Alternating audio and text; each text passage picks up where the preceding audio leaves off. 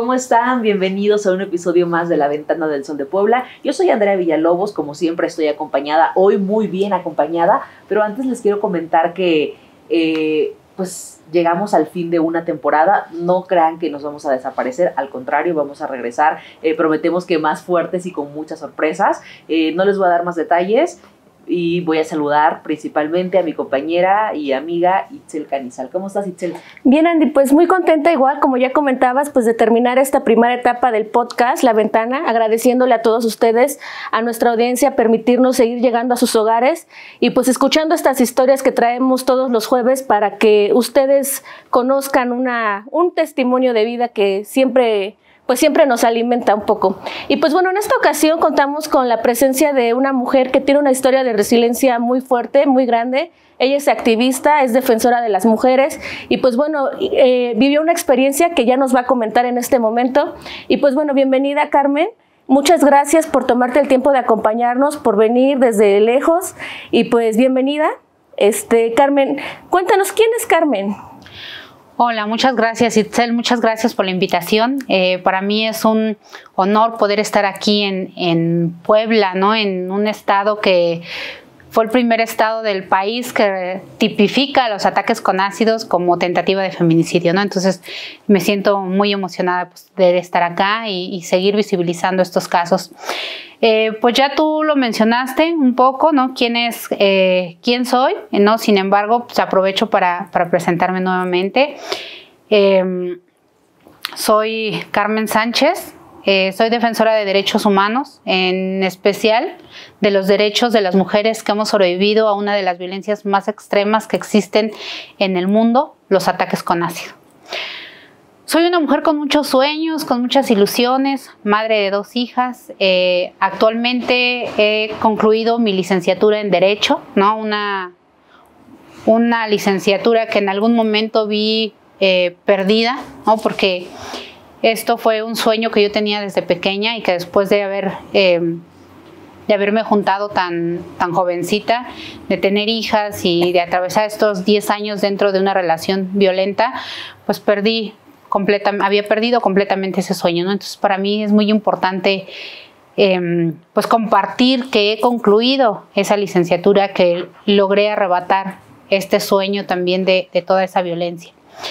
Pero también soy una mujer que hasta el día de hoy ha logrado sobrevivir a 55 cirugías reconstructivas, a innumerables tratamientos dermatológicos, terapias psicológicas, terapias físicas, ¿no? Y pues que me he enfrentado no solo a la violencia machista del hombre que intentó asesinarme atacándome con ácido, sino también a la violencia institucional, ¿no?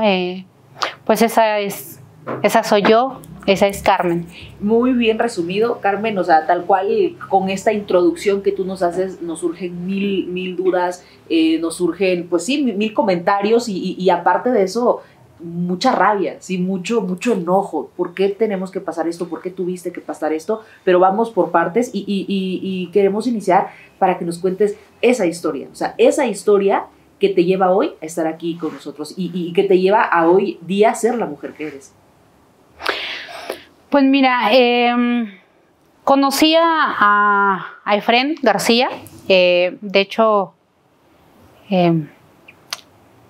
voy a aprovechar el espacio para hablar más adelante de su familia. Conocí a Efrén García Ramírez más o menos en el 2001. Yo era muy joven, ¿no? Efrén es 17 años mayor que yo. Él pues empezó a pretenderme, empezó a enamorarme y pues yo me enamoré muy fácil de él, ¿no? Yo era muy pequeña cuando lo conocí. Estuvimos saliendo como novios aproximadamente como 3 meses. De inmediato nos fuimos a vivir juntos. ¿Cuántos años tenías tú? Yo tenía 17. ¿Y él 34? El 34. Nos fuimos a vivir juntos y al poco tiempo pues yo me embaracé. Entonces, pues sí, fue algo fue una relación de mucho poder, porque yo, o sea, pues yo sí logré enamorarme de él, yo sí lo quería, yo sí tenía esta idea de que en algún momento yo iba a tener una familia con un hombre, con mis hijas, y pues yo creía que ya era como que lo más grande que yo podía imaginar en mi vida, ¿no?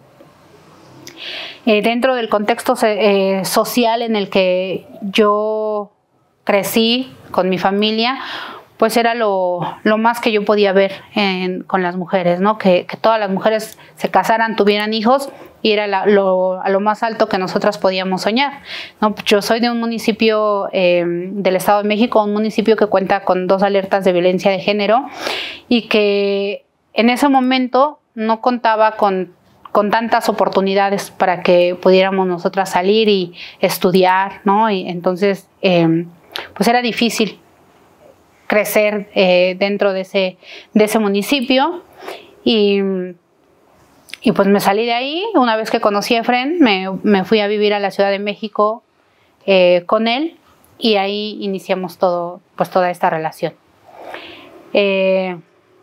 A los pocos meses, Efren ya no era el mismo hombre que era cuando lo conocí. Ya no era el hombre amoroso, ya no era el hombre detallista. Todo empezó a cambiar de manera pronta.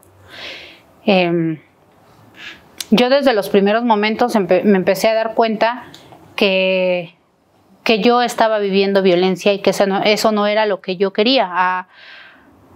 A pesar de que yo tenía normalizada y romantizada la violencia, yo sabía que no era lo que yo estaba viviendo, no era algo bueno. Pero esta situación, o sea, la edad de Efren y mi edad, claro que tenía mucho control él sobre mí, y pues a poco tiempo Efren empezó a amenazarme, ¿no? Me empezaba a decir que si yo me atrevía a dejarlo, pues mi cabeza se le iba a mandar a mi mamá en un nicho de cristal, que mi cuerpo se lo iba a hacer en pedazos, se lo iba a meter a unos costales para dárselos a los perros.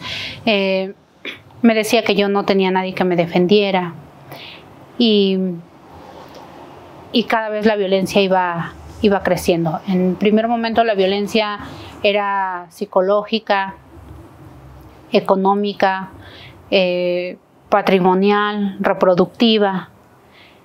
Yo dentro de esa relación experimenté todos los tipos de violencia que existen.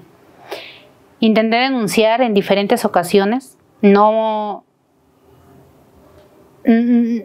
me quedé dentro de esa relación sin hacer nada. Yo denuncié en diferentes ocasiones, me acerqué a las instituciones y solo me regresaban con un tríptico, ¿no? Una vez que yo llegaba a las instituciones a pedir auxilio, porque no era ayuda, ya era auxilio de saber que mi vida estaba en riesgo. Pues me decían que lo pensara, que porque pues era el padre de mis hijas, que en algún momento ellas iban a crecer y que me iban a reprochar el mandarlo a la cárcel, ¿no? Nunca se me informaron exactamente cuáles eran mis derechos ni cómo podía poner a salvo mi vida.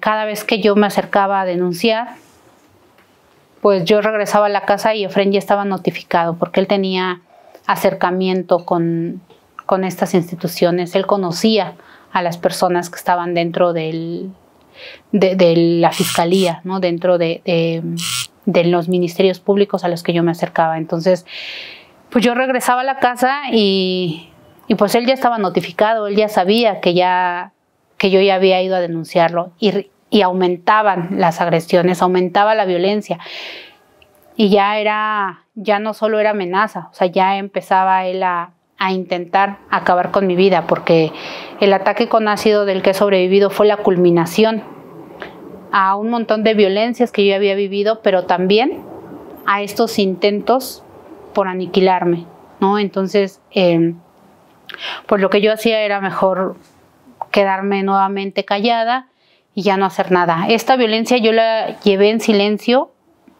porque yo no se lo comentaba a mi familia. A mí me daba miedo de que Efren les hiciera algo a mis hermanas, ¿no? A mi hermano. Entonces, cuando muere mi papá, la violencia aumentó más, porque él empezaba ya a decirme, ahora sí estás completamente sola, ya no tienes a nadie que te defienda, ya no tienes a nadie que te venga a visitar. Y el día que tú me dejes, le voy a ir a dar unos balazos a tu hermano. Yo, todas mis hermanas, la mayoría somos mujeres, solo tengo un hombre, y siempre me amenazaba con él. Una de las veces que Efren intentó también acabar con mi vida fue una vez que me quitó a mi hija, ¿no? Ya estábamos en un proceso de demanda para la custodia de mi hija, y él un día llegó, se la llevó, me la escondió, y para regresármela me marcó y me dijo que íbamos a ir a recoger a la niña al departamento de una de sus tías. Y yo lo acompañé. Eso fue como a las 11 de la noche. Yo lo acompañé porque me dijo que la niña estaba muy enferma, que tenía frío, que le bajara una chamarra, una cobija y que fuéramos a traer a la niña. Entonces me subí al taxi, él era taxista, y me subí al taxi. Entonces cuando llegamos al departamento, recuerdo que yo vi una luz prendida en la sala, y cuando entramos a la sala, lo que se veía de la luz era una pecera que tenía su tía en ese departamento, una pecera muy grande y que alumbraba toda la sala. En ese momento Efren apagó la pecera y pues lo primero que yo pensé fue: me va a obligar a estar con él, seguramente están las niñas pero están dormidas. Me imaginé muchas cosas, pero jamás me imaginé que ese día Efren iba a intentar también asesinarme. Entonces cuando yo paso a las recámaras a ver dónde estaban las niñas, pues me doy cuenta que no estaban, ¿no? Y volteo y le dije: ¿dónde están las niñas? Y me dijo: las niñas no están aquí. Dijo: y ahora sí te voy a matar, ¿no? Entonces volteo y lo veo, y él traía con él un desarmador muy grande con una punta muy, muy picuda. O sea, la verdad es que fue uno de los momentos en los que pensé que jamás iba a volver a ver a mis hijas. Pues pensé que verdaderamente en ese momento me iba a matar, ¿no? Recuerdo que Efren me enterró ese desarmador en el estómago, me lo enterró en el brazo. O sea, me lo enterró 2 veces en el estómago, una vez en el brazo y una en el dedo. En ese momento yo me hinqué, lo abracé de las piernas y le pedí perdón. Le pedí perdón por el miedo, porque verdaderamente yo no tenía por qué pedirle perdón de nada. Y le supliqué que no me hiciera ningún daño. Después de algunos minutos, no sé cómo pasaron las cosas, él me aventó las llaves y me dijo: vete porque te voy a matar. Entonces yo agarré las llaves y me salí de los nervios, del miedo que tenía, del frío, porque yo sentía mucho frío ese día. No sentí ningún dolor. Yo creí que solo había rozado mi piel, no me imaginé nada, ¿no? Entonces cuando yo salgo de ese departamento, con la fuerza que hice de salir corriendo y bajar las escaleras, pues fue cuando me empecé a desangrar, ¿no? Entonces empecé a sentir toda la sangre, cómo se me salió la sangre caliente, pero escuché que Efren venía atrás de mí. Entonces lo primero que pensé fue quedarme en la puerta del edificio, porque ahí habían cámaras. Dije: me voy a quedar aquí, o sea, yo lo pensé, no dije, me voy a quedar aquí en esta puerta, porque aquí me ven las cámaras y si algo me hace, todos van a saber que fue Efren. Y él me decía, vete. Entonces, dentro de mí decía, si me voy y camino más calles, estoy segura que él me va a ir a matar y me va a dejar tirada en alguna calle y después nadie va a saber que fue él, ¿no? Entonces, me quedé ahí 2 horas hasta que le marqué a mi mamá. Pues yo con Efren vivía en la Ciudad de México, en la Gustavo Madero, y mi mamá vivía en Ixtapaluca, ¿no? Entonces, en lo que se trasladaron de Ixtapaluca a la Ciudad de México, pues casi fueron 2 horas. Yo en ese tiempo me estaba desangrando, o sea, ya cuando ellas llegaron, yo ya estaba muy mal, ¿no? Me llevaron a un hospital. En ese momento no le dije a mi mamá qué había pasado. Efren les dijo que yo había tenido un problema con algunos vecinos y que eso me lo habían hecho otras personas. Me llevó a un hospital particular. Yo no le dije nada a mi mamá ni a mis cuñados y me quedé en silencio nuevamente ese día porque Efren ya me había amenazado. Efren me había dicho, si llegan y tú les dices algo, te voy a matar, no solo a ti, me dijo. Entonces, pues yo ya sabía que Efren era un hombre malo. O sea, yo ya sabía a qué se dedicaba Efren, yo ya sabía que verdaderamente Efren me iba a matar. No sabía cuándo, pero sí sabía que si yo hablaba o que si yo lo dejaba, Efren me iba a matar, ¿no? Entonces, las violencias se incrementaron cada vez más y más hasta que me voy a refugiar a la casa de mi mamá. Yo creí que la violencia ahí no iba a llegar, ¿no? Pues de pronto una cree que estando con su familia vamos a estar protegidas, ¿no? O nos sentimos. Entonces, yo en la casa de mi mamá, cuando llego y les empiezo a contar todo, o sea, de verdad se sorprendieron cuando me empezaron a escuchar, ¿no? Cuando yo le compartí todo lo que yo estaba viviendo a mi mamá, ella me dijo, sabía que vivías algo, pero no sabía exactamente qué era, hija.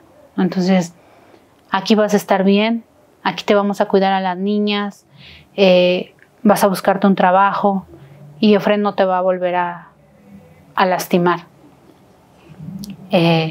Yo estaba de alguna manera contenta porque yo ya había sacado a mis hijas, yo ya había rescatado a mis hijas de esa violencia. ¿2 hijas? Sí. Yo ya las había rescatado de ahí y pero yo seguía recibiendo amenazas, ¿no? Yo estaba en la casa de mi mamá y yo seguía recibiendo amenazas. Esas amenazas de te voy a matar, donde te encuentre te voy a matar y tú sabes perfectamente bien que lo voy a hacer. Nunca me imaginé que de la manera en la que él quería hacerlo, ¿no?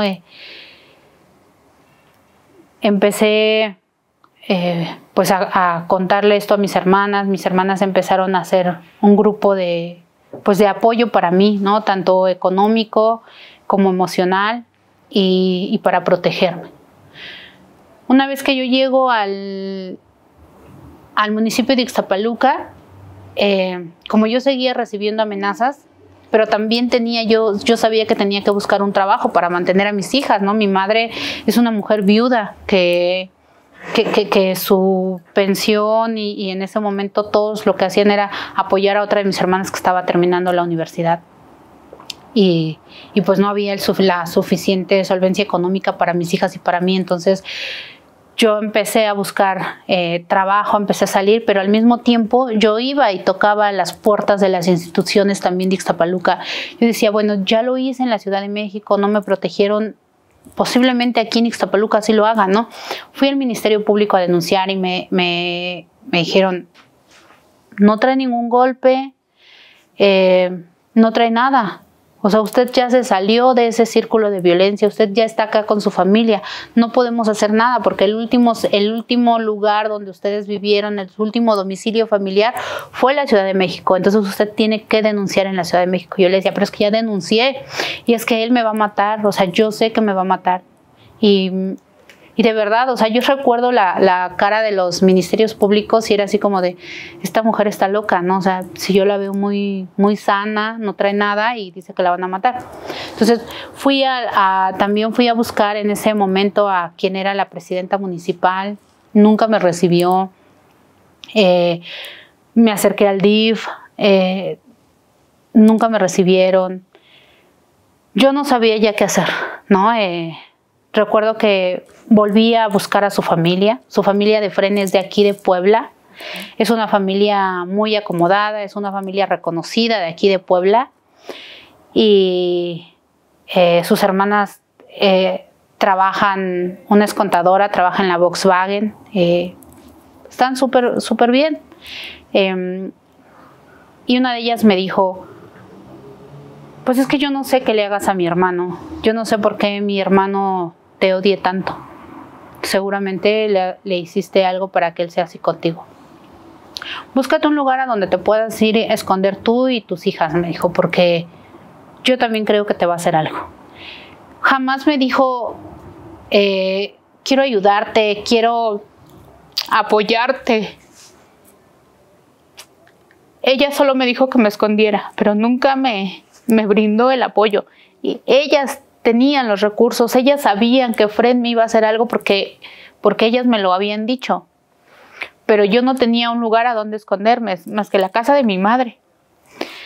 Efrén conocía ya todo el domicilio de mis tías, de mis hermanas, a dónde más me iba a ir, ¿no? Entonces, creo que ellas sí pudieron haberme apoyado y no protegerlo a él, ¿no? Entonces, pues yo recuerdo que le dije a ella, no puedo, no tengo a dónde irme, necesito que me ayuden.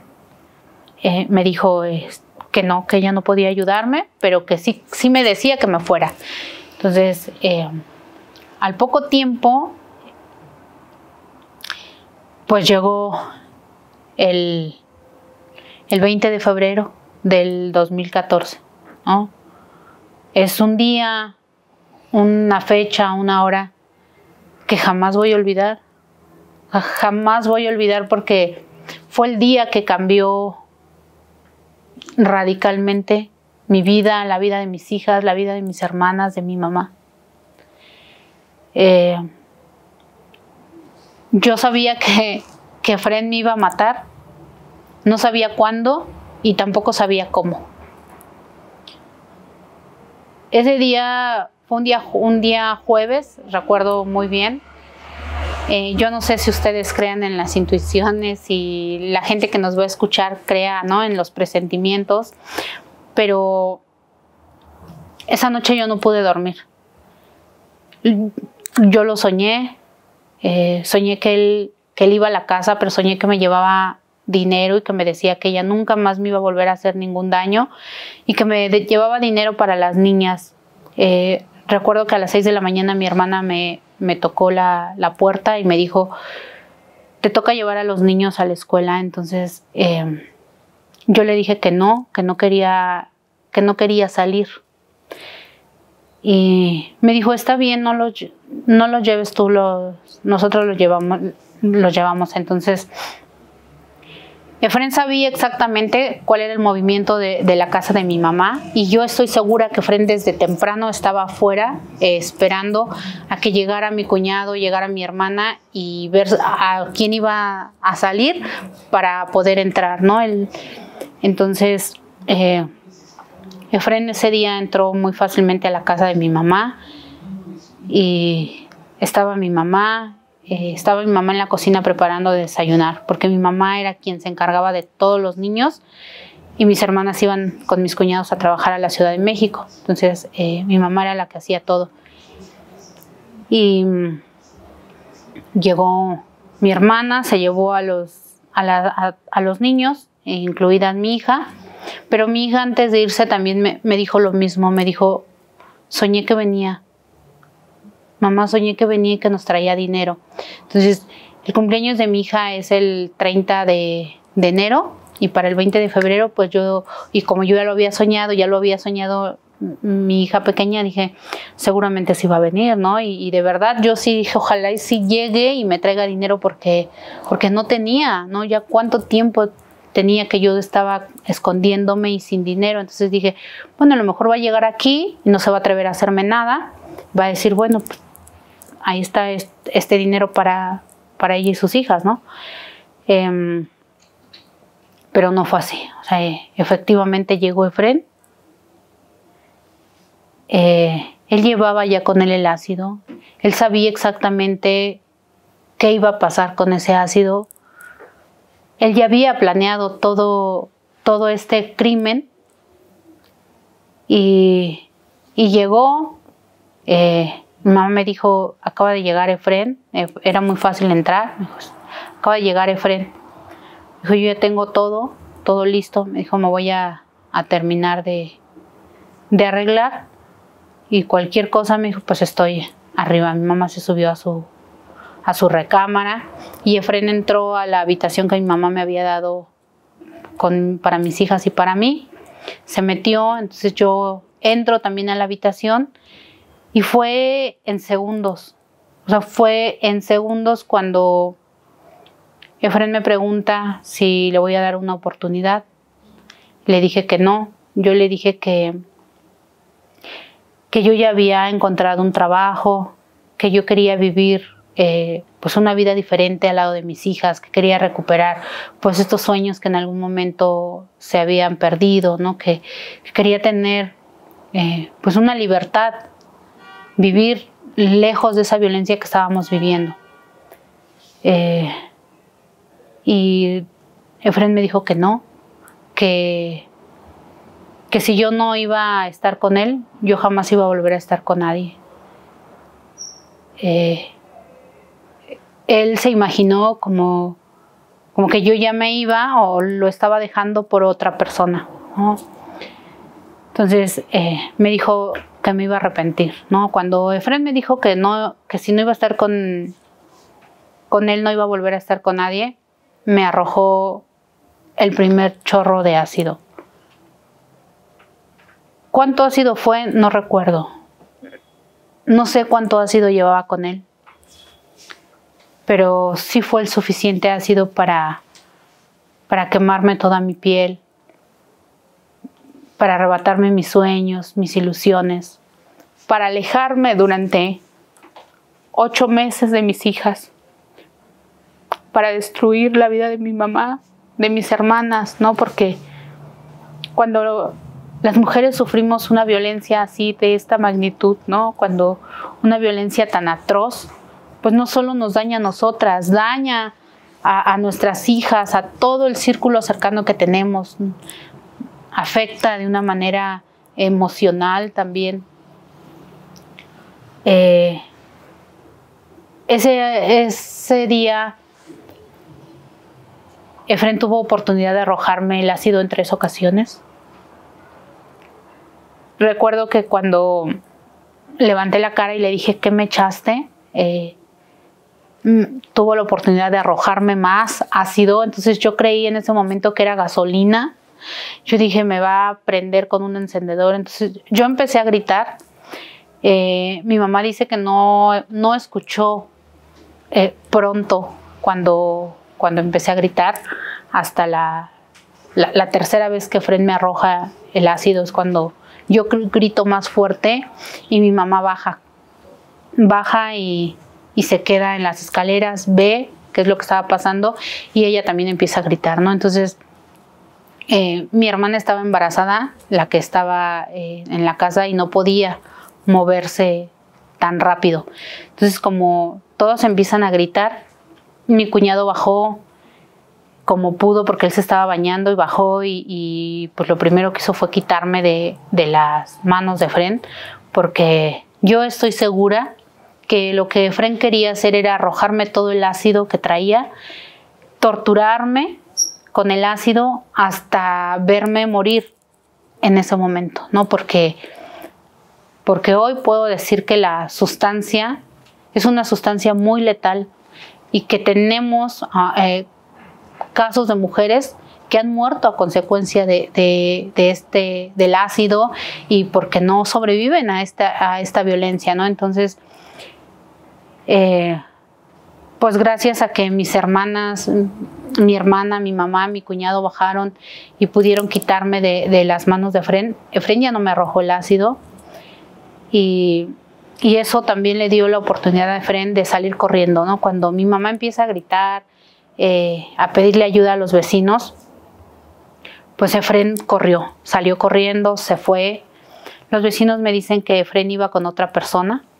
Efrén iba con una mujer que no sé quién era, ¿no? Pero Efrén iba con una mujer en ese carro y pues se fueron rápidamente, en lo que mi mamá y mi cuñado trataban de auxiliarme, echándome agua. Cuando salieron ya no estaba el carro, ¿no? Entonces me llevaron al primer hospital que encontraron, ¿no? Sin ningún conocimiento, o sea, nadie está preparada para un ataque tan fuerte como el que yo atravesé. La familia pues no sabe qué hacer porque ¿quién va a estar preparada para decir mañana te van a venir a quemar con ácido, ¿no? Y tienes que tener a la mano esto? Nadie. Entonces me llevaron al primer hospital que encontraron, que fue un hospital muy cercano al domicilio de mi mamá, y ahí lo primero que hicieron fue arrojarme mucha agua de una manera errónea, ¿no? Porque desafortunadamente pues no, en ese hospital no tenían un protocolo de atención médica para atender este tipo de casos. Entonces lo que pasó fue que afectaron más mi piel, ¿no? El ácido siguió lastimando pues toda la parte que perdí. Yo perdí la mitad de mi rostro, perdí completamente mi cuello, pues perdí la mitad de mi nariz, mi oído, mi tórax, mis pechos, mis brazos, todos están quemados completamente. Entonces no supieron atenderme en ese hospital, ¿no? Ahí en ese hospital estuve cerca de 14 horas hasta que por la tarde me sacaron de ese hospital y me llevaron al Hospital Magdalena de las Salinas, que está en la Ciudad de México y que tiene la especialidad de cirugía reconstructiva, ¿no? En quemados. Entonces ahí me hicieron mi primer lavado quirúrgico, pero después de 14 horas, o sea, el ácido estuvo conmigo mucho tiempo, ¿no? Y yo perdí mucho, o sea, toda esta parte de mi cabello, perdí muchos mechones de cabello. Entonces ahí en ese hospital fue cuando le dijeron a mi familia que me habían hecho una mala atención en el primer hospital, que el ácido seguía en mi cuerpo, y también nos dijeron que la recuperación iba a ser muy lenta, no iba a ser de una semana, no iba a ser de un mes, que iba a ser una recuperación muy lenta y que necesitábamos mucha paciencia, ¿no? Pero jamás imaginé que ese día que iba a entrar se iba a volver pues mi casa, porque yo en ese hospital estuve 8 meses sin poder salir, sin ver a mis hijas. Yo me sentía castigada por haber dejado a un hombre violento, me sentía castigada por no darle una oportunidad, me sentía castigada por haberme atrevido a denunciar, me sentía responsable de lo que me había pasado, ¿no? Yo recuerdo que le pedía perdón a mis hijas porque no estaban con su mamá y porque eso es lo que nos hacen creer, ¿no? Que somos responsables. Y yo me preguntaba muchas veces en el hospital, y si yo le hubiera dicho que sí le daba una oportunidad, y si yo no hubiera sido terca y no hubiera ido a denunciar, y si yo me hubiera quedado callada, ¿qué hubiera pasado? Seguramente yo no estuviera aquí en este hospital. Entonces, dentro de este hospital empezaron a nacer muchos sentimientos negativos en mi vida, ¿no? Odio. La gente me decía, Dios le da sus peores batallas a sus mejores guerreros, tú eres una guerrera, Carmen, Dios te eligió a ti para que le hables a muchas mujeres, ya verás que esto, y me hablaban de Dios y me hablaban de esta mujer fuerte y guerrera, y yo les decía, ¿no? Pues es que Dios hubiera volteado a mirar a otra mujer, ¿por qué a mí? ¿Por qué a una mujer joven? ¿Por qué a una mujer madre de 2 hijas? ¿Por qué a una mujer de bajos recursos? ¿Por qué a una mujer hija de una mujer que apenas se le alcanza una pensión, ¿no? Entonces, y creo que era muy legítimo lo que yo sentí en ese momento, ¿no? Entonces, poco a poco fue cambiando todo dentro del hospital, ¿no? Recuerdo que la primera vez que me vi al espejo fue un día que no alcanzó a llegar a una de mis hermanas a tiempo, y pues yo entro tenía que levantarme al sanitario y pues me armé de valor y me levanté. En el hospital hay espejos. La verdad es que no entiendo por qué nos ponen espejos, ¿no? Pero en cada uno de los cubículos hay espejos. Entonces ese día salí del sanitario y aproveché el momento para verme en el espejo, que era algo que yo esperaba, que era algo que yo les decía todos los días a mis hermanas. Quiero verme en un espejo, quiero verme cómo estoy, cómo quedé. Pues yo quería ver la magnitud del daño para dejar de hacerme ilusiones, porque también dentro de mí estaban estos sueños de yo voy a salir bien, este hospital es de los mejores, aquí están los mejores especialistas, ellos me van a dejar bien. Tenía muchas ideas, ¿no? Entonces cuando me veo por primera vez al espejo fue algo muy fuerte, porque ya no vi a la misma Carmen, ¿no? Lo primero que vi cuando levanté mi cara fue un monstruo, porque yo estaba completamente parchada de la cara, tenía parches de plata, toda mi cara, tenía unas grapas enormes, unas grapas con las que grapan las cajas, ¿no? De esas así grandísimas, estaba completamente jalada, vi completamente mi boca deforme, mi nariz, o sea, yo había perdido todo. Recuerdo que ese día me puse a gritar tanto que subieron los enfermeros y me dijeron, si no te controlas te vamos a dormir y te vamos a amarrar a la cama, Carmen. Y yo en ese momento quería morirme, ¿no? Yo dije, a mí me hubieras matado. Entonces recuerdo que grité muchas cosas, pero también recuerdo que me amarraron y me durmieron porque cuando desperté yo estaba amarrada, ¿no? Amarrada a la cama, sedada completamente. Entonces a partir de ahí me empezaron a meter muchísima morfina. No sé cuántas cantidades de morfinas, pero sí era la suficiente para mantenerme completamente sedada y no despertar en muchos días, ¿no? Entonces, cuando logré despertar, empecé yo misma a mentalizarme. Yo no quise estar dormida completamente y yo decidí que me quería ver nuevamente al espejo.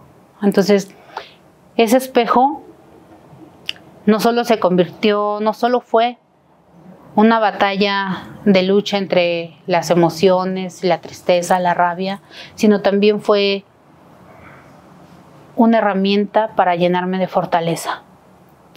Yo sabía que estas cicatrices me estaban recordando el dolor y la pérdida de un físico. Y también, pues cada vez que me miraba al espejo recordaba quién me lo había hecho. Pero también ese espejo me estaba llenando de fortaleza. Ese espejo me estaba recordando qué era lo que tenía que hacer. Y poco a poco empecé a mirarme más y más y más en ese espejo hasta que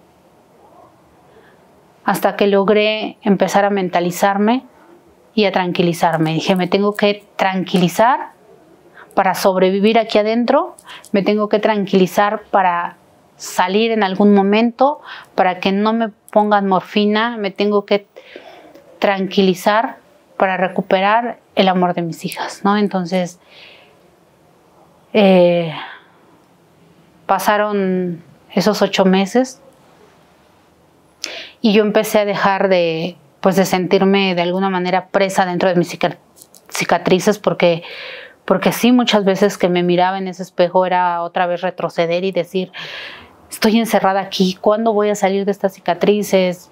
¿Cuándo voy a verme en este espejo y ya no sentir nada de lo que siento, ni sentir miedo? Porque claro que cuando me veía yo sentía también ese miedo de salir y ¿a qué me voy a enfrentar?, ¿no? Entonces,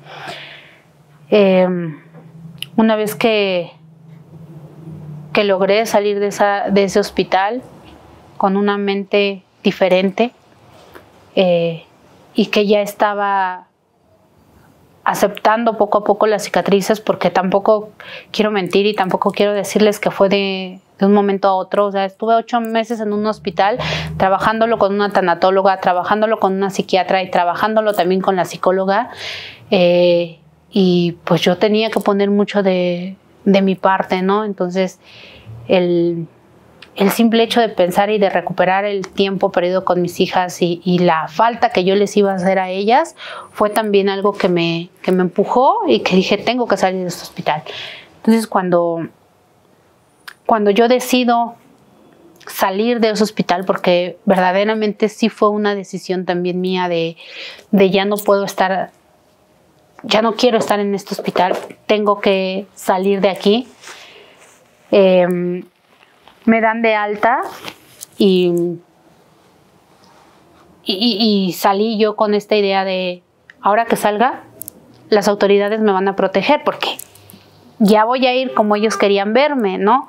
O sea, fui, me decían que no traes nada, que esto y esto. O sea, el daño psicológico lo minimizaron y como, pues, para que se diera este paso, ¿no? Del intento de feminicidio. Entonces, yo estaba segura que una vez que yo saliera del hospital, yo iba a ir a buscar mi carpeta de investigación y las autoridades iban a hacer algo. Yo dije, me van a acompañar en todo el proceso.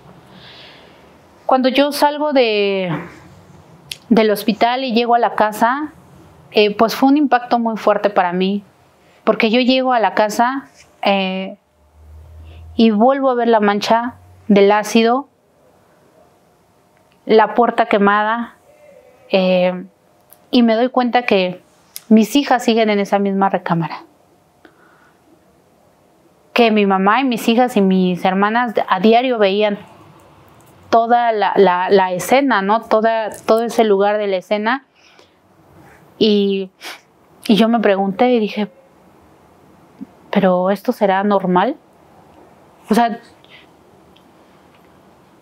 uno está completamente con los ojos cerrados, no sabes qué vas a hacer, no sabes cómo vas a actuar frente a las autoridades. Dices, oye, ya me hicieron un daño tan terrible, un daño que denuncié, un daño del que se pudo prevenir. Y salgo del hospital y me enfrento a esto. O sea, jamás imaginé que me iba a enfrentar a a un monstruo tan grande como son las instituciones. Yo dije, ya, Efren ya no me va a hacer daño, aunque mi familia seguía recibiendo amenazas de él. Decía, en cuanto yo salga lo van a agarrar. Entonces, a mí la violencia machista, la necesidad económica, la rabia de obtener justicia, de que lo detuvieran, de ver ese día, que llegara ese día de que lo detuvieran, no me permitieron procesar lo que me había pasado. Yo salí muy rápido. Yo salí del hospital en octubre, a finales de octubre, principios de noviembre, ya no recuerdo exactamente, y para febrero yo ya estaba tocando puertas en diferentes lugares. Yo ya estaba buscando la manera de poder trabajar y de poder tener ingresos económicos. ¿no? Yo ya me iba al Ministerio Público con heridas abiertas, porque verdaderamente yo salí con heridas abiertas. Yo me subía a la combi y me sangraban todavía las heridas, me salían pus de las heridas. Entonces yo llegaba a la casa y me bañaban, me limpiaban. Y mi mamá me decía, hija, es que no salgas, es que la gente te ve. Cosas, ¿no? Que pues mi mamá quería protegerme. Pero a mi mamá se le olvidaba que yo tenía que proteger a 2 niños. Entonces, tuve que fortalecerme y pues protegerlas a ellas, porque los mensajes que recibíamos era ese, que él iba a regresar a llevárselas.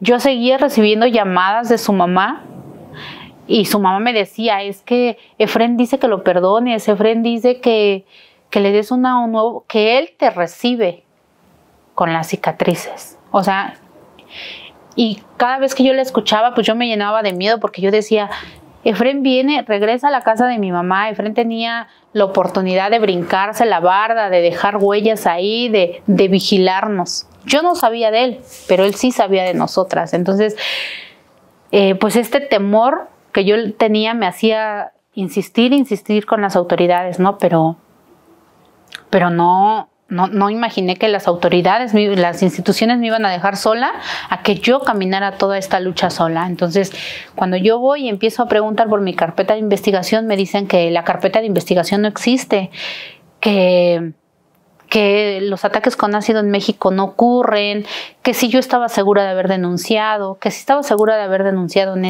ese Ministerio Público, pues me hacían, ya no, o sea, nuevamente me hacían creer que lo que yo decía era mentira, ¿no? Porque que te lo digan servidores públicos, que tú dices, ellos son los que me tienen, ellos son los impartidores de justicia, ellos son los que me tienen que proteger, y que te digan, señora Carmen, ¿usted está segura de lo que dice?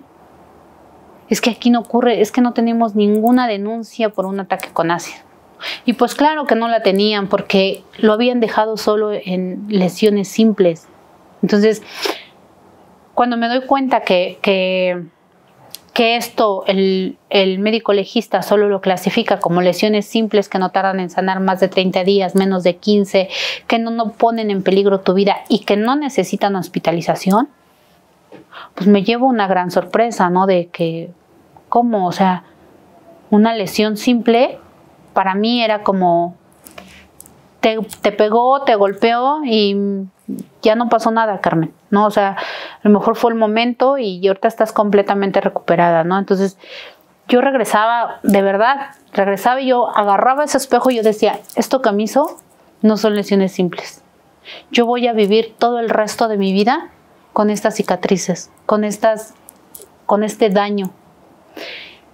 Además, ¿no?, de las afectaciones emocionales, las afectaciones psicosociales que las instituciones minimizaban.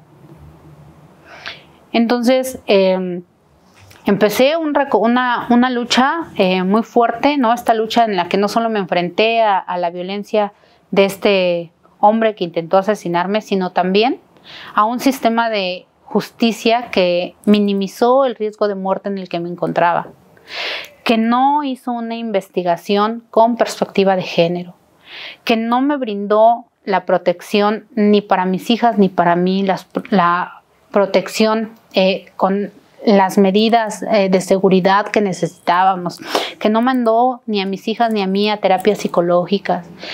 Que no te creyó. Y que, exactamente, y que dudaron siempre de mi palabra, ¿no? Entonces, cada vez que yo iba y tocaba una puerta y me decían que no, para mí era regresar y decir, lo voy a lograr, lo voy a hacer. Y esta violencia que yo viví, seguramente la están viviendo otras mujeres, pero al igual que yo, queda en violencia familiar, queda como una lesión simple o queda como un daño físico, ¿no? Entonces yo decía, esto no puede ocurrir, esto tiene que cambiar. Entonces empecé a reunirme con otras mujeres, empecé a acercarme con asociaciones de la sociedad civil, que ellas sí me creyeron, que dentro de estas asociaciones yo encontré abogadas, encontré psicólogas, no encontré defensoras de derechos humanos que me empezaron a hablar para empezar, que yo tenía derecho a la atención médica, que yo tenía derecho a la justicia y que yo tenía derecho a ser escuchada, ¿no? Entonces empiezo a leer sobre feminicidios, sobre otros tipos de violencia, y recuerdo que una de las lecturas que me impactó mucho fue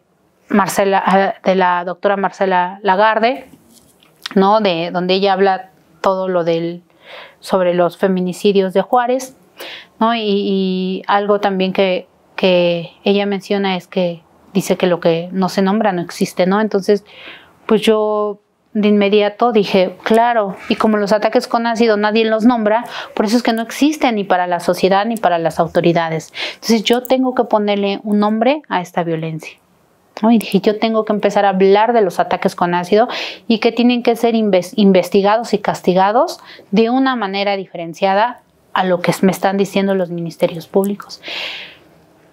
Y entonces empiezo a preguntar más con otras mujeres, ¿no? Con estas mujeres que ya estaban uniendo a esta lucha y que ya me estaban asesorando, y les dije, bueno, ¿por qué queda solo en como esta violencia? ¿Por qué solo la minimizan? O sea, no lo digo para minimizar la violencia, pero sí este tipo de violencia, o sea, no puede estar como violencia familiar o como una lesión física o lesiones simples. Entonces yo les preguntaba y ellos me decían, bueno, Carmen, es que no está tipificado en el Código Penal, ¿no? Y aunque están castigadas la violencia contra las mujeres, pero no está en específico la violencia ácida, la violencia que tú viviste. Entonces yo dije, pues, ¿qué es tipificar, no? ¿Y cómo se hace eso? Entonces yo empiezo a preguntar y empiezo a investigar y ya me empiezan a decir qué era lo que tenía que hacer. Entonces cuando yo se lo cuento a los ministerios públicos, lo primero fue, no, señora Carmen, para hacer un cambio dentro de un código penal se requiere dinero y se requiere que usted sea una persona reconocida para que lo hagan. Usted no lo va a lograr. Mejor yo le invito a que usted busque quién le puede ayudar a que usted tenga unas mejores cirugías. Entonces, era muy fuerte que me dijeran eso, ¿no? Y yo decía, bueno, del contexto social en el que estoy, posiblemente nunca lo voy a lograr. Pero yo dentro de mí decía, a mí alguien me va a escuchar, ¿no? Y seguí hasta que verdaderamente una persona me escuchó. Me hacen una invitación al Senado de la República y ahí conozco al licenciado, no recuerdo ya su nombre. Bueno, él era en ese momento director de la Comisión Nacional de Derechos Humanos. Estaban otras diputadas de aquí del estado de Puebla. Y fue justamente un 8 de marzo cuando yo voy a esa reunión, a esa conferencia, y aprovechando que estaban todos y aprovechando los discursos que siempre escuchamos las mujeres, ¿no? De en Puebla ya hay esto, en Puebla hay esto, en todo el país ya se está trabajando sobre la violencia contra las mujeres y no vamos a permitir todos los discursos. Entonces yo una vez que escucho eso, dije, pues a mí me gustaría acercarme a estas diputadas y saber verdaderamente qué pueden hacer. Posiblemente ellas me acerquen con las del Estado de México. Entonces, cuando me acerco con dos de ellas, me dijeron, no, es que nosotras no somos del Estado de México y no podemos apoyarte, pero pásale mi número a tal persona, pásale tu número y ellas seguramente te van a apoyar, ¿no? Entonces, se me fueron y yo dije, no, pues ellas no. Entonces, ya se iba el director de la Comisión Nacional de Derechos Humanos, y justo lo abordé, ¿no? En ese momento los medios de comunicación lo enfocan a él, me enfocan a mí, y él se comprometió públicamente a apoyar mi caso, ¿no? Y a encontrar esta carpeta de investigación que ya tenía 4 años que no encontraba. ¿Qué año fue Carmen? En el 2018. Ok. Sí, en el 2018. Cuando entra la comisión, ¿no? Entonces a los pocos meses entra la Comisión Nacional de Derechos Humanos, localizamos la carpeta de investigación que supuestamente estaba perdida y que entran los de la comisión hoy mismo encuentran la carpeta que durante 4 años yo no encontré. Entonces, de inmediato la pasan a la Fiscalía de Género, porque la tenía la Fiscalía General de Amecameca, y la pasan a la Fiscalía de Género de Amecameca. Hacemos una reunión y ya me dice, no, el fiscal me dijo, no, es que usted no vino a buscarla aquí. Y es que a mí nadie me informó que existía. Para empezar, yo no sabía que existía una Fiscalía de Género, ¿no? Y ustedes tienen la obligación de decirle a las víctimas, de decirle a las mujeres que se acercan qué hay para defender nuestros derechos, cuáles son las leyes que nos defienden, cuáles son las leyes que nos protegen. Entonces, ya una vez que entró, la Comisión Nacional de Derechos Humanos hace una recomendación, ¿no? Que es la recomendación, yo tampoco la recuerdo. Bueno, es una recomendación al Estado de México, especialmente va esta recomendación dirigida al fiscal Alejandro Gómez Sánchez, quien era fiscal del Estado de México en ese momento, y en esa recomendación él acepta en una rueda de prensa y él se compromete a detener a Efren en los siguientes dos meses. Sin embargo, no fue así, todavía tuvieron que pasar 2 años, yo todavía solicité. Una vez que estaba esa recomendación, yo solicité un boletín de búsqueda con recompensa. Yo decía, no, posiblemente a Efren alguien lo vea, lo denuncia y va a decir, ah, sí es este, ¿no? Y que recojan el dinero. Pero resulta que a Efren nadie lo buscaba, porque a Efren lo pudieron haber encontrado desde el primer día que yo denuncié. Efren estaba en el municipio... Estaba en el estado de Nuevo León, en el municipio de Apodaca, en la colonia Pesquería, estaba en tal calle y tal número. Yo brindé toda esa información desde el momento en el que Efren me arrojó el ácido. Y nunca se fue de ahí, ahí estuvo. Efren ahí estuvo. Efren estuvo un tiempo en la Ciudad de México y después se fue para allá. Pero yo brindé las 3 direcciones donde iban a encontrar a Efren. Pues resulta que nunca detuvieron a Efren. No, Efren estuvo gozando de la libertad 7 años, hasta que un día llegó un momento en el que me ofrecen pintar un mural para visibilizar este tipo de violencia y yo acepto. Este mural lo pintamos en el municipio de Huixquilucan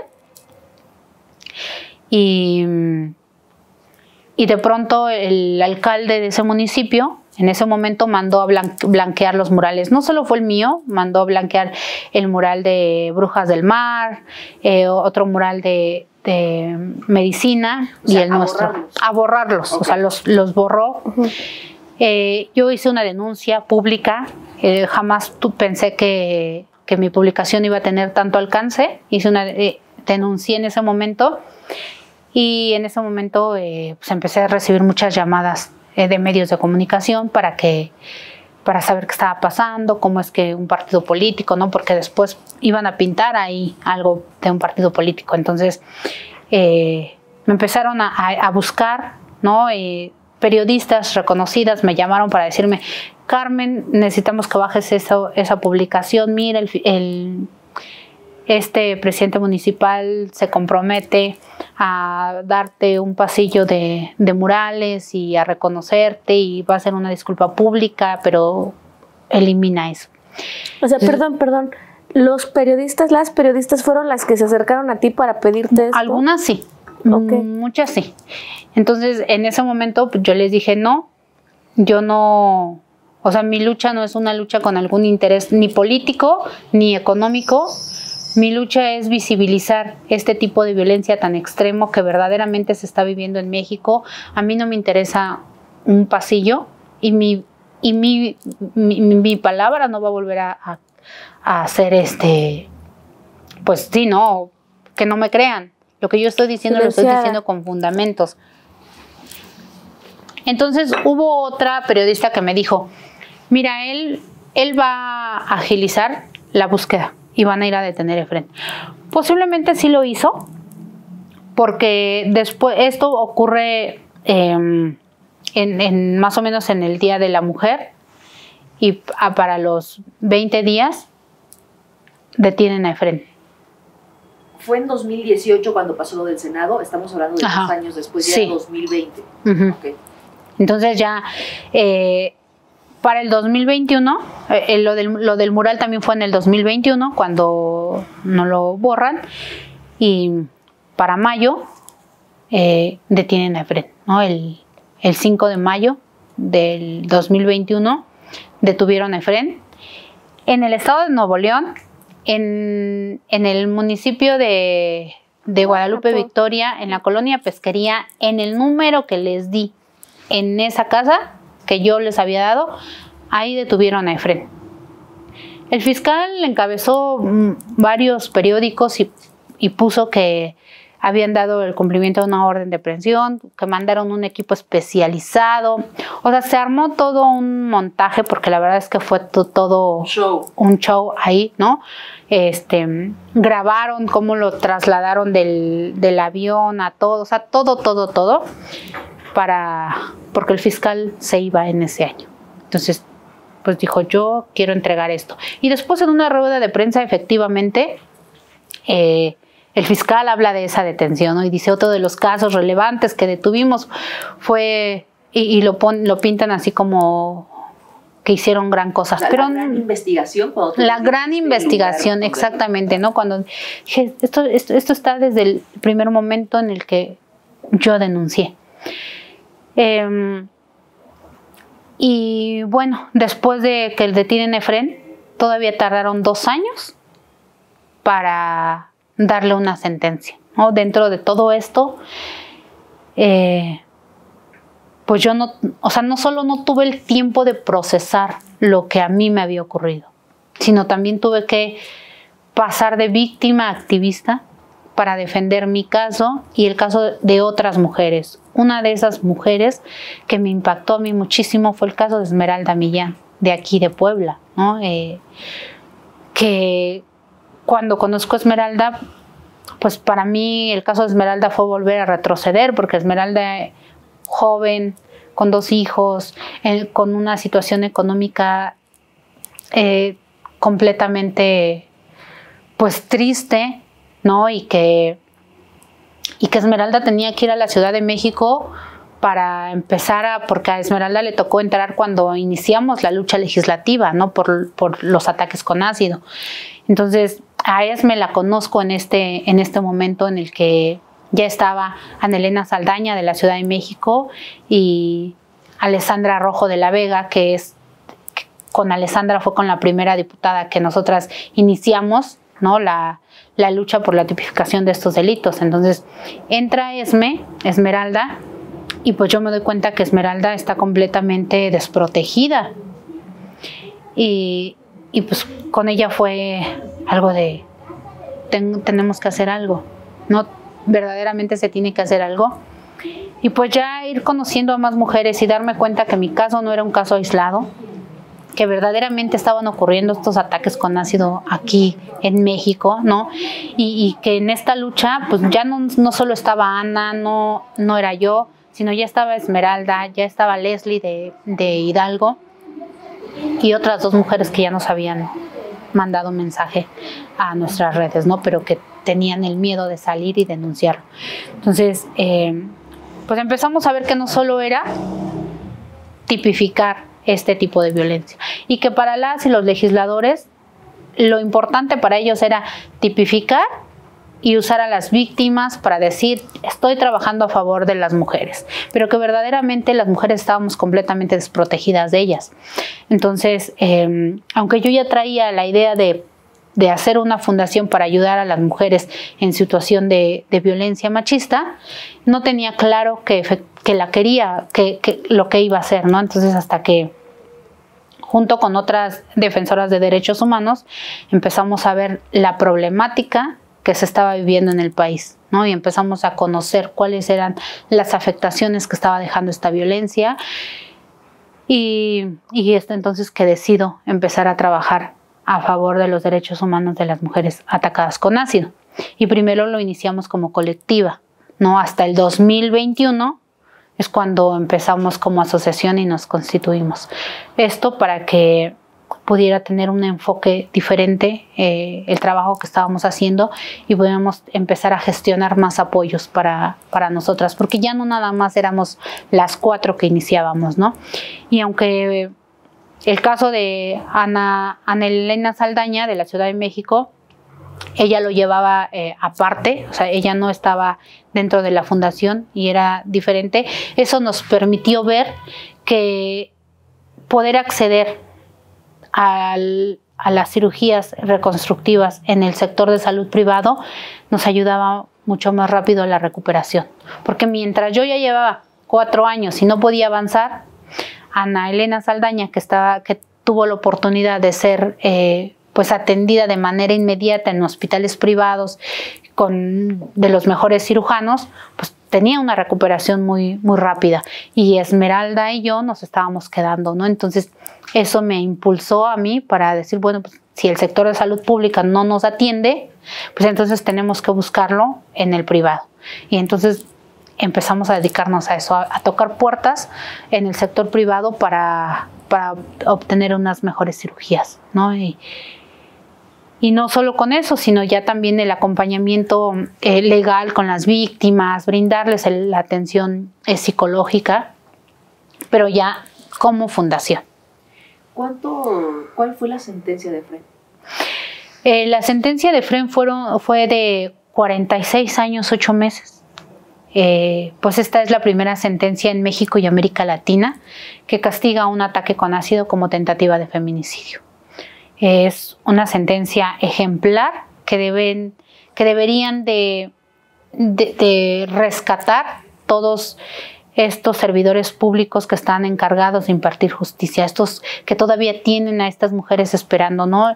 Desafortunadamente solo son 3 sentencias las que hay por un ataque, por intentar asesinar a las mujeres con ácido, que es la sentencia que yo obtuve, la sentencia de Esmeralda, que también fue una sentencia ejemplar aquí en Puebla, ¿no? De 42 años, 3 meses por intentar asesinar a Esmeralda Millán con ácido. Y la primera sentencia que había era la sentencia de Marta del Estado de México. Le dieron 12 años a un hombre que intentó asesinar a una mujer con ácido. Esa era la primera sentencia que teníamos, ¿no? Entonces, estas 2 sentencias que hemos obtenido desde la fundación, porque han sido acompañadas por las defensoras de derechos humanos de la fundación, por este grupo de abogadas que tenemos, sí deben ser sentencias que tienen que tener muy presentes en cada uno de los tribunales donde se van a castigar a los otros agresores. Estas sentencias tienen que ser para todas las mujeres, no nada más para Esmeralda, no nada más para mí. Los daños son similares, ¿no? Carmen, ¿cuántos casos hay de mujeres atacadas con ácido en México que tú tengas el registro?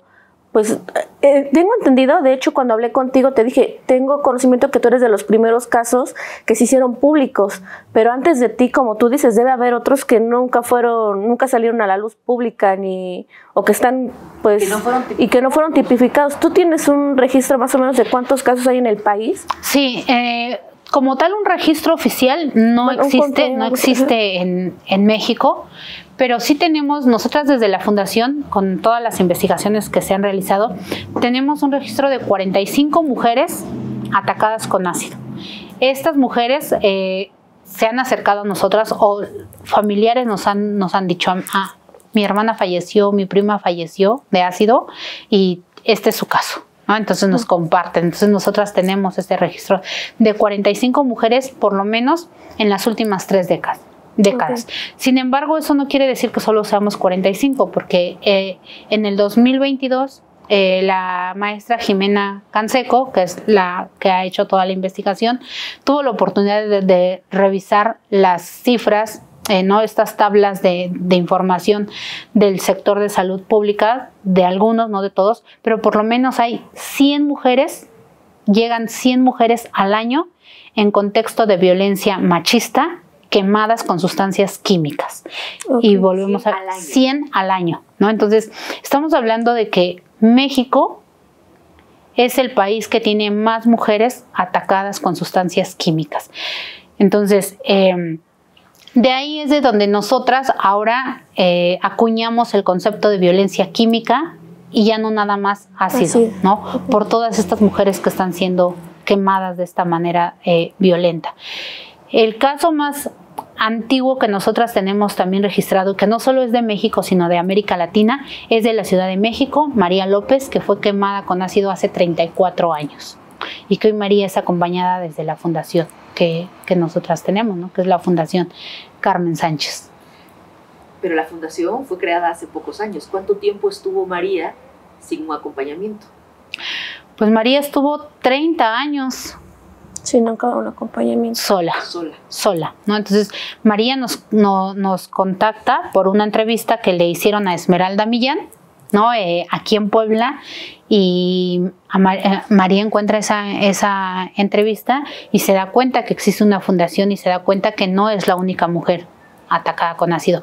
Cuando a nosotras nos pasa esto, creemos en ese momento que somos las únicas y que no hay nadie más que lo está viviendo, ¿no?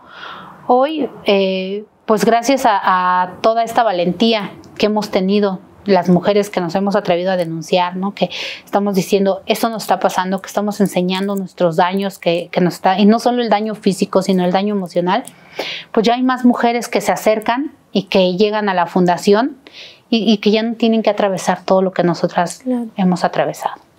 Carmen, quisiéramos seguir platicando contigo horas y horas y horas, porque tienes mucho que contarnos, pero no en afán de esta fue la historia y esto lo viví, sino en afán de aprender, ¿sabes? De aprender y de fortalecernos como mujeres, ¿no? Yo te voy a pedir que compartas tus redes sociales, compartas dónde te podemos encontrar, pero con la intención, Carmen, que nadie te busque, que no te busquen por un caso, claro. Sí, o sea, que no suene, o sea, no que no te busquen, no de que no le hagan caso, no, pero que no haya ni un caso más, que no tengan que buscarte para decir qué hago, por dónde me muevo, ayúdame, necesito tu apoyo, ¿sabes? Porque estos casos no deberían de existir. O sea, tenemos 100 al año, no deberían de existir, o sea, es inconcebible. Pero yo sé que hay mucha gente que ahorita tu historia los va a identificar, y no solo por un caso similar, sino por un caso de fuerza, un caso de resiliencia o un caso de cómo ayudo yo a una persona que conozco que está pasando por una situación similar, quizás no idéntica, pero similar, pero queremos evitar que llegue a un grado como el que llegó tu caso. ¿Dónde te podemos encontrar? Bueno, nosotras estamos en todas las redes sociales como Carmen Sánchez. La fundación está como Fundación Carmen Sánchez MX. Y bueno, también hacer la invitación, si es que conocen a alguna mujer que ya haya atravesado este tipo de violencia, pues háblenles de la fundación. Nosotras estamos con toda la disposición de poder ayudar, ¿no? De recibirlas con los brazos abiertos y que no tenga que atravesar todo lo que nosotras ya hemos atravesado.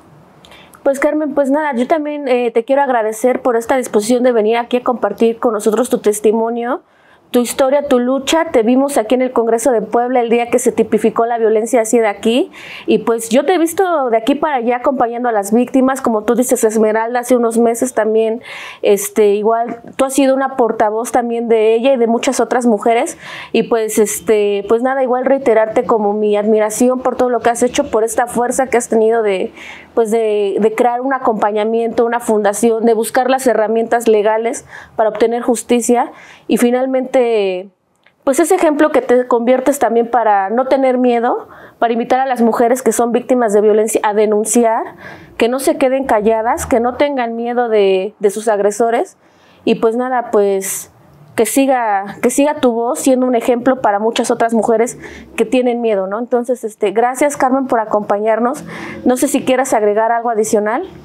No, nada, bueno, pues nuevamente agradecerles. Para mí es muy importante poder seguir poniendo este tipo de violencia sobre la mesa y poder seguir denunciándola, y claro que denunciando también todas las omisiones de parte de las instituciones, claro. ¿No? Es importante que las mujeres lleguen y que no pregunten cuáles son, que exijan cuáles son sus derechos, y una vez que ya los tienen exigidos, identificados, pues que escriban también a las páginas de diferentes colectivas para que se les pueda brindar el acompañamiento.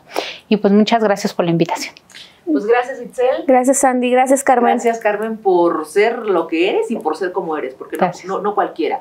Y pues nada, gracias a ustedes por acompañarnos en un episodio más de La Ventana.